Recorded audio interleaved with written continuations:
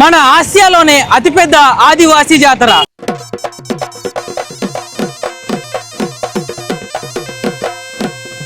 కుంభమేళా తర్వాత అత్యంత ఘనంగా జరిగే ఈ మేడారం సమ్మక్క సారక్క జాతరకి లక్షల్లో భక్తులు వస్తారు.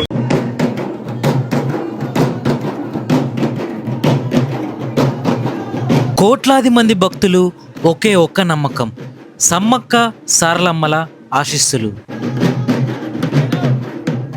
అడవి తల్లి సాక్షిగా నిలువెత్తు బంగారం మొక్కులు, జంపన వాగు పుణ్యస్థానాలు, వనదేవతల రాకతో పులకరించిపోయిన మేడారం.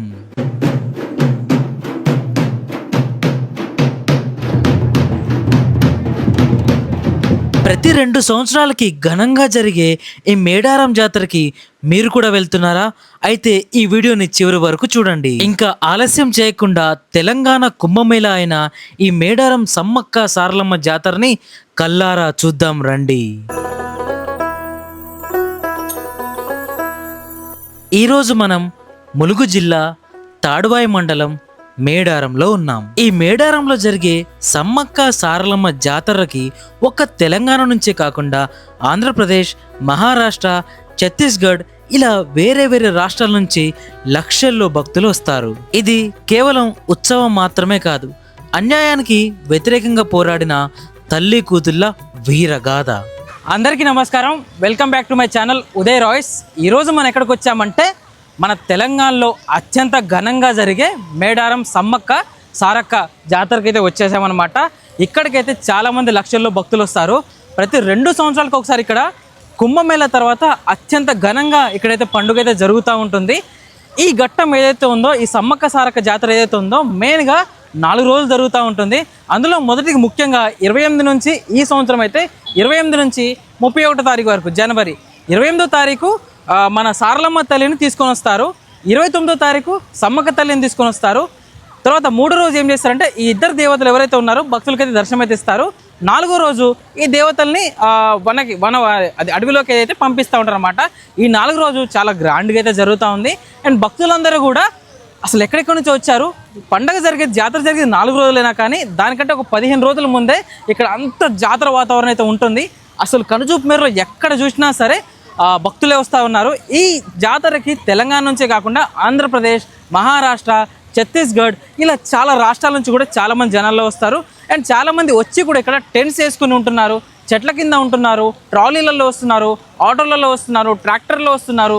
వెహికల్స్, వాళ్ళ సొంత వెహికల్స్ ఏవైతే ఉంటో అవన్నీ కూడా వేసుకొని ఈ మేడారం జాతరకు వచ్చి ఆ వనదేవతలు ఎవరైతే ఉన్నారో వాళ్ళకైతే మొక్కులు అయితే తీర్చుకుంటా ఉన్నారు.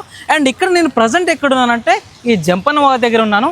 ఈ మేడారం సమ్మక్క సారక్క గద్దెల్ని దర్శించుకోవడానికంటే ముందు ఈ జంపన వాగులో స్నానం అయితే చేస్తారు. ఈ నీళ్ళలో స్నానం చేయలేని వారు ఎవరైతే ఉంటారో వాళ్ళకి ఒక వాటర్ ఫౌంటైన్ లాగా ట్యాప్స్ అయితే ఉన్నాయి, వాళ్ళు అక్కడైతే స్నానం చేసుకోవచ్చు. అండ్ ఇక్కడ వేడి నీళ్ళు కూడా అమ్ముతూ ఉన్నారు. సో అన్ని రకాల ఫెసిలిటీస్ అయితే ఉన్నాయి. ఇప్పుడు లేట్ చేయకుండా ఇక్కడ ఏర్పాట్లు ఎలా జరుగుతున్నాయి, ఏంటివి, ఆ సమ్మక్క సారక్క గద్దెలు ఎలా ఉంటాయి అనేది చూద్దాము. అండ్ ఈ సంవత్సరం ప్రత్యేకంగా కొత్త గద్దెలను అయితే పెట్టారు, వాటిని కూడా నేను చూపిస్తాను. సో లేట్ చేయకుండా ఈ మేడారం సమ్మక్క సారక్క జాతర ఏదైతే ఉందో, ఒకవేళ మీరు ఇక్కడ రాకపోయినా కూడా మీరే స్వయంగా వచ్చి చూసినట్టు ప్రతి ఒక్కటి ఈ వీడియోలో మీకు చూపిస్తాను. ఈ వీడియోని స్కిప్ చేయకుండా చివరి వరకు చూసేయండి. ఈ కనుచూపు మేరలో మీకు కనిపించేదంతా టెంట్ సిటీ. ఈ జాతరకు వచ్చే చాలామంది భక్తులు వాళ్ళ వెహికల్స్ని తీసుకొని వచ్చి ఇక్కడే టెంట్స్లో ఉంటారు. కొంతమంది అయితే చెట్లు చూసుకొని చెట్ల కింద ఉంటున్నారు. వాళ్ళతో పాటు సామాన్లు ఇంకా అన్నీ కూడా తీసుకొచ్చుకొని వాళ్ళ ఫ్యామిలీతోటి ఇక్కడే వండుకొని తిని దర్శనం చేసుకొని అలా నిద్ర చేసైతే వాళ్ళ ఇండ్లకైతే వెళ్తున్నారు. ఇక్కడ మీకు కనిపించేది జంపన వాగు. సమ్మక్క సారలమ్మల గద్దెల్ని దర్శించుకోవడానికంటే ముందు భక్తులందరూ ఈ జంపన వాగు దగ్గరే స్నానం చేసి ఆ దర్శనానికైతే వెళ్తారు. ఇక్కడ మీకు కనిపిస్తుంది కదా, ఈ వాగు దగ్గర జంపన గద్దె ఉంది. సో చాలా మంది ఇక్కడ స్నానాలు చేస్తున్నారు. అండ్ ఈ గద్దెని కూడా దర్శించుకొని అయితే వెళ్తున్నారు అనమాట. అండ్ ఈ కనుచూపు మేరలో ఎక్కడ చూసినా సరే మొత్తము ఈ జంపన వాగు, ఇంకా భక్తులందరూ స్నానాలు అయితే చేస్తున్నారు. చూడండి, అందరూ కూడా భక్తులు స్నానాలు చేసి దాని తర్వాత సమ్మక్క సారలమ్మ గద్దెలను అయితే దర్శించుకోవడానికి అయితే వెళ్తారు. మనం కూడా లేట్ చేయకుండా ఆ దర్శనానికైతే వెళ్ళిపోదాం.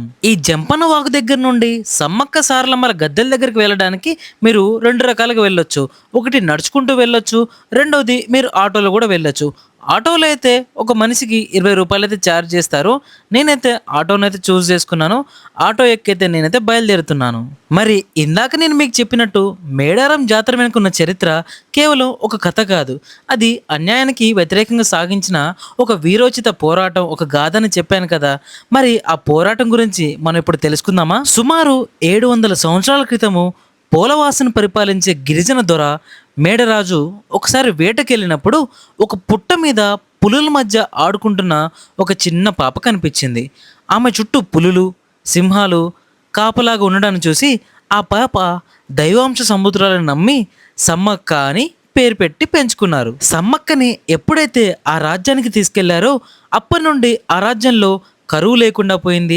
సమ్మక్క పెద్దగా అయిన తర్వాత తను ఆకులతోటి ఆ మూలిక వైద్యాలు చేయడం వల్ల చాలా మందికి రోగాలు కూడా నయమయ్యేవి. సమ్మక్క పెద్ద అయిన తర్వాత మేడారం పాలకుడు కోయ గిరిజన నాయకుడైన పగిడిద్దరాజు తోటి వివాహం జరుగుతుంది. వీరికి సారలమ్మ, అదే సారక్క, నాగులమ్మ 2 కుమార్తెలు పుడతారు. ఇంకా ఒక కుమారుడు, అతని పేరు జంపన్న. మరి అంతా మంచిగానే ఉంది కదా, మరి బాధలు ఎక్కడి నుంచి స్టార్ట్ అయ్యాయి అని మీరు క్వశ్చన్ అడగొచ్చు. అప్పట్లో ఈ రాజ్యాన్ని మొత్తాన్ని పరిపాలిస్తున్న కాకతీయ ప్రభు అయిన ప్రతాపరుద్రుడు పరిపాలించేవాడు. తీవ్రమైన కరువు కాటకల వల్ల కోయ గిరిజనులు పన్నులు కట్టలేకపోతారు. పన్ను కట్టకపోవడం, రాజుకు వ్యతిరేకంగా విప్లవ భావాలు నూరిపోస్తున్నారనే కారణంతో ప్రతాపరుద్రుడు పగిడిద్దరాజుపై దండెత్తుతాడు. అలా దండెత్తినప్పుడు అటు చూస్తేనేమో కాకతీయుల సైన్యం ఎక్కువ ఉంది, ఈ పగిడిద్దరాజు దగ్గర సైన్యం చాలా తక్కువ ఉంది. అయినా సరే పగిడిద్దరాజు యుద్ధం చేస్తాడు. ఆ యుద్ధంలో వీరమరణం పొందుతాడు. అయినా కూడా వెనుతిరక్క సమ్మక్క తన కూతురు సారలమ్మతో కలిసి కాకతీయ సైన్యంతో అద్భుతంగా పోరాటం చేస్తుంది. ఈ యుద్ధంలో సారక్క కూడా మరణిస్తుంది. ఇంకోవైపు సమ్మక్క కుమారుడైన జంపన్న కూడా కాకతీయులతోటి పోరాడుతూ సంపన్న వాగులో మరణిస్తాడు. అప్పటి నుండి ఆ వాగుని జంపన్న వాగ్గా పిలుస్తారు. తన కళ్ళ ముందే అందరూ చనిపోతున్నా కూడా సమ్మక్క ఏమాత్రం వెనుతిరక్క పోరాడుతుంది. చివర్లో కాకతీయుల నుంచి ఒకరు వెన్నుపోటు పొడవుగా ఆ గాయాలతోటి సమ్మక్క తల్లి చిలకల గుట్టకెళ్ళి అదృశ్యమవుతుంది. తను మాయమైన చోట ఒక కుంకుంబర్ని కనిపిస్తుంది. అదే సమయంలో ఆకాశం నుండి ఒక గొంతైతే వినిపిస్తుంది. ఆ మాటలేంటి అంటే, ఈ గడ్డ మీద పుట్టిన ప్రతి ఒక్కరు వీరులాగుండాలని, ఇక్కడ ఒక 2 గద్దెలు కట్టి 2 సంవత్సరాలకోసారి పూజలు చేస్తే భక్తుల కోరిన కోరికలు నెరవేరుస్తారని చెప్పేసి ఆ వాయిస్ అయితే, ఆ గొంతైతే వినపడి దాని తర్వాత అయితే అదృశ్యమైపోయింది. అలా అప్పటి నుంచి ఈ మేడారం జాతర సాగుతూ వచ్చింది. ఇక్కడ అందరూ కూడా చాలా మంది భక్తులు దర్శనం చేసుకొని అయితే వస్తున్నారు. అండ్ ఇక్కడ చూస్తే రీసెంట్గా తెలంగాణ ప్రభుత్వము కొత్తగా అయితే ఈ గద్దెల్ని నిర్మించింది అనమాట. ఒక్కసారి మీరు జూమ్లో ఉండండి ఎంత బాగుందో. సో కంప్లీట్గా డెకరేషన్ అయితే చేశారు, మొత్తం పూలు అయితే పెట్టారు, మొత్తం కూడా చాలా బాగుంది చూడండి. ఇప్పుడు మనం అస్సలు లేట్ చేయకుండా లోపలికి వెళ్ళిపోయి ఒక్కొక్క గద్దెని దర్శనం చేసుకుంటూ మనమైతే వెళ్ళిపోదాం. అసలు లోపల ఏమేం గద్దెలు ఉంటాయి చూడండి. ఇక్కడ మీరు చూస్తే సారలమ్మ గద్దె కనిపిస్తుంది. ఆ సారలమ్మ గద్దె పక్కనే మీకు సమ్మక్క తల్లి గద్దె కూడా ఉంటుంది. ఈ 2 గద్దెల పక్కన మీకు వేరే గద్దెలు కూడా ఉంటాయి. ఆ పక్కనే మీకు చూసుకుంటే శ్రీ పగిడిద్దరాజు గద్దె కనిపిస్తుంటుంది. ఆ గద్దె పక్కనే మీకు శ్రీ గోవిందరాజు గద్దె కూడా కనిపిస్తూ ఉంటుంది చూడండి. జాతరకి ఇంకా టైం ఉన్నా సరే దాని ముందు రోజుల్లో జనాలు చాలా మంది వస్తున్నారు. ఇంకా జాతర రోజు చాలా మంది వస్తారు. మీతో పాటు చిన్న పిల్లలు ఉంటే కొంచెం జాగ్రత్త చూసుకోండి. అండ్ మీ విలువైన వస్తువులు ఏమున్నా కూడా వాటిని జాగ్రత్తగా భద్రపరచుకోండి. ఎందుకంటే ఈ జనాలు చూసారా చాలా మంది ఉన్నారు. చూస్తావా? Thank you. ఓకే.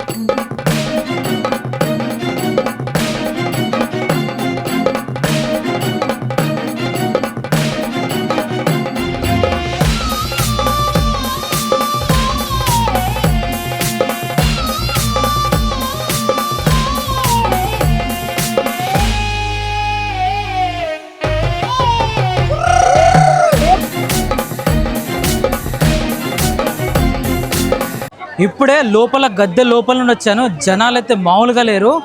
ఆ షాట్లు చూశారు కదా, అసలు చూడండి అదంతా ఎలా అయిపోయింది. అంతా కూడా చాలామంది జనం వచ్చారు. చూశారు కదా ఈ మేడారం జాతర వీడియో ఎలా అనిపించింది? నాకైతే చాలా మంచిగా అనిపించింది. ఆ ఎక్స్పీరియన్స్ కళ్ళారా స్వయంగా చూస్తే కానీ అర్థం కాదు. సో ఈ వీడియో చూసిన మీరు ఈ మేడారం జాతరకి వస్తారని అనుకుంటున్నాను. రాని వాళ్ళకి ఎట్లాగో అక్కడైతే ఎలా ఉంటుందో సేమ్ మీరే వచ్చినట్టయితే నేనైతే చూపించాను. ఇంకా లేట్ చేయకుండా ఈ వీడియోని ఒక 10 మందికి అయితే షేర్ చేయండి. అలాగే నా ఛానల్ని సబ్స్క్రైబ్ చేసుకోవడం మాత్రం మర్చిపోకండి. Thank you.